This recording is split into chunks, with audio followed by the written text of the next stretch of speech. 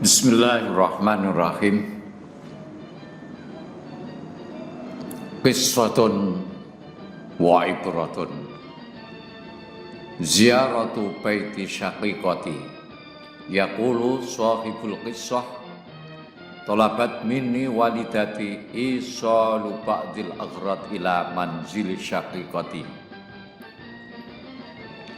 Ibuku memintaku untuk mengantarkan beberapa barang ke rumah saudara perempuanku, tepatnya ke rumah kakakku.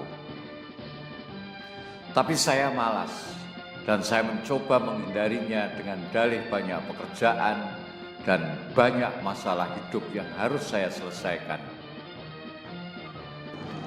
Namun ibuku bersikeras pada permintaannya dan ini membuat aku menyerah pada akhirnya. Sebetulnya saya dengan terpaksa dan berat hati melaksanakan permintaan ibu untuk berkunjung ke kakak perempuanku dengan membawa banyak barang-barang. Tapi karena sudah tidak punya alasan lagi, maka saya pun menuju ke rumahnya. Begitu aku berangkat ke rumah kakakku, langsung ibuku memberitahu kakak perempuanku melalui telepon bahwa aku akan segera ke rumahnya. Jadi kakakku sudah tahu kunjunganku terlebih dahulu sebelum kedatanganku. Sungguh aneh perjalanan kunjunganku ke rumah kakakku ini. Kenapa? Karena kunjunganku ini untuk yang pertama kali sejak kakakku menikah beberapa tahun yang lalu. Padahal jarak antara rumahnya dan rumahku tidak jauh-jauh amat. Yang membuat aku malas atau enggan ke rumah kakakku karena kakak perempuanku tinggal dalam satu rumah dengan suaminya dan keluarganya. Karena beratnya barang-barang yang saya bawa, maksud saya yang harus saya bawa masuk ke rumah kakak saya untuk pertama kali ini, maka aku letakkan begitu saja barang-barang itu di kamar kakakku. Begitu aku masuk kamarnya, hal pertama yang menarik perhatianku adalah kebahagiaan yang luar biasa yang terpancar dari sorot matanya. Dia terus berbicara mengenai diriku dengan keluarga suaminya yang tinggal satu rumah dengannya, dengan kebahagiaan yang terpancar di wajahnya. Ini loh saudaraku, ya ini saudaraku, dialah yang membawa barang-barang itu tadi. Oh ini toh saudaramu, selama ini kami belum pernah melihatnya. Ada salah seorang dari mereka yang berkata seperti itu. Kakakku menjawab dengan merendah, ya ini saudaraku, dia sibuk dengan pekerjaannya. Orang miskin tidak pernah istirahat. Hahaha. Dia terus memuji-muji aku di depan keluarga suaminya. Betapa tidak enak perasaanku ketika aku mendengar kakakku di depan keluarga suaminya berusaha membelaku dari tuduhan bahwa aku telah melupakan dan mengabaikan padanya karena tidak pernah mengunjunginya. Bahkan cara membela kakakku dengan alasan yang tidak berdasar dan sangat lemah. Terlebih lagi ketika saya mencoba untuk pamit, dia gundeli saya dan berkata, tidak boleh, adikku tidak boleh pergi sebelum adik minum kopi. Katanya, saya sebetulnya sudah membuatkan adik sarapan, tapi adik terlambat. Jadi sebagai gantinya kakak akan menyajikan kopi untuk adik, dan saya juga telah siapkan permen yang menjadi kesukaan adik, kata kakakku. Dia terus gundeli atau memegangi saya, dan aku melihat air mata di matanya. Dan dia tampaknya benar-benar akan menangis jika aku pergi, atau dia akan menangis setelah aku pergi. Seolah-olah dia mau berkata, kamu tidak pernah datang ke rumah kakak adik, dan ketika adik datang, kenapa adik akan pergi begitu cepat? Apakah adik datang ke sini hanya untuk mengantarkan barang-barang? Atau untuk saya, kakakmu? Apa kau tidak peduli padaku sama sekali, adik? Aku menghela nafas. Aku tak bisa mengelak dan mencari alasan untuk segera pulang. Aku menyetujui keinginan kakak. Lalu dia menelpon suaminya. Dia memberitahukan kedatanganku kepada suaminya dengan semangat sekali, dengan gembira sekali. Lalu dia keluar rumah.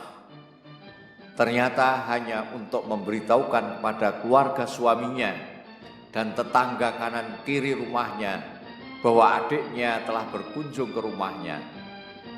Kakakku sangat bahagia sekali atas kunjunganku. Mungkin kalau mampu setiap orang akan diberitahu kalau aku berkunjung kepadanya.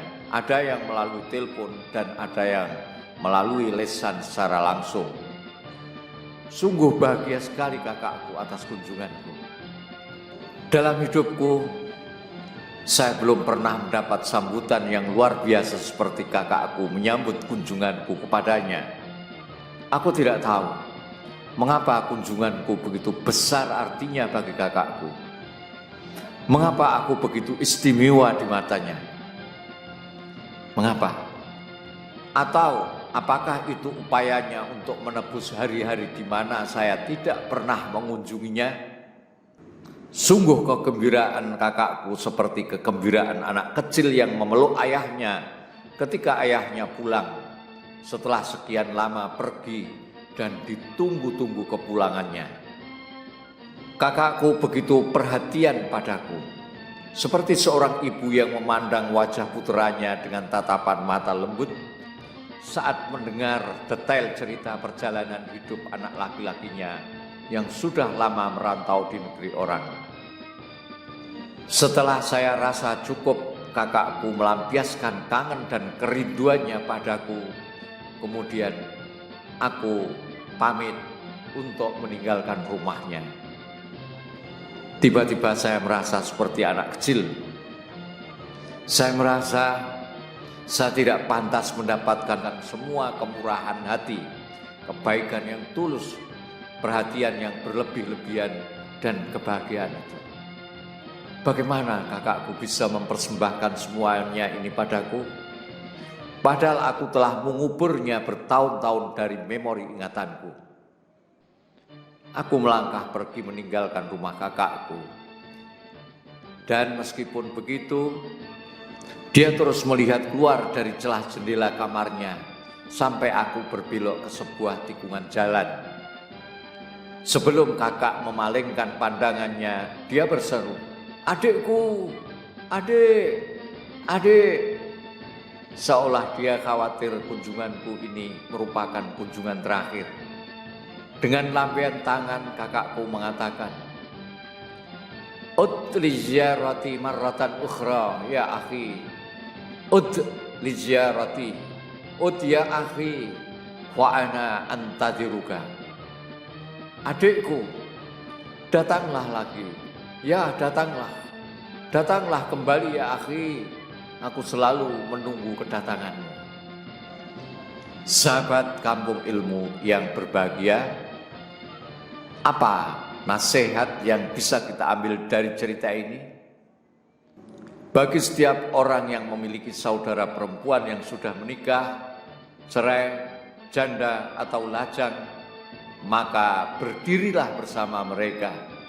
Berikanlah perhatian kepada mereka, meskipun mereka kaya. Seorang saudara perempuan hanya menginginkan hal sederhana dari saudara laki-lakinya. Dia hanya mau dekat denganmu dan dapat bertanya-tanya, berbagi cerita, dan dapat menumpahkan perhatian padamu. Sederhana bukan? Ketahuilah, tidak semua suami penyayang. Muhammad Tajib.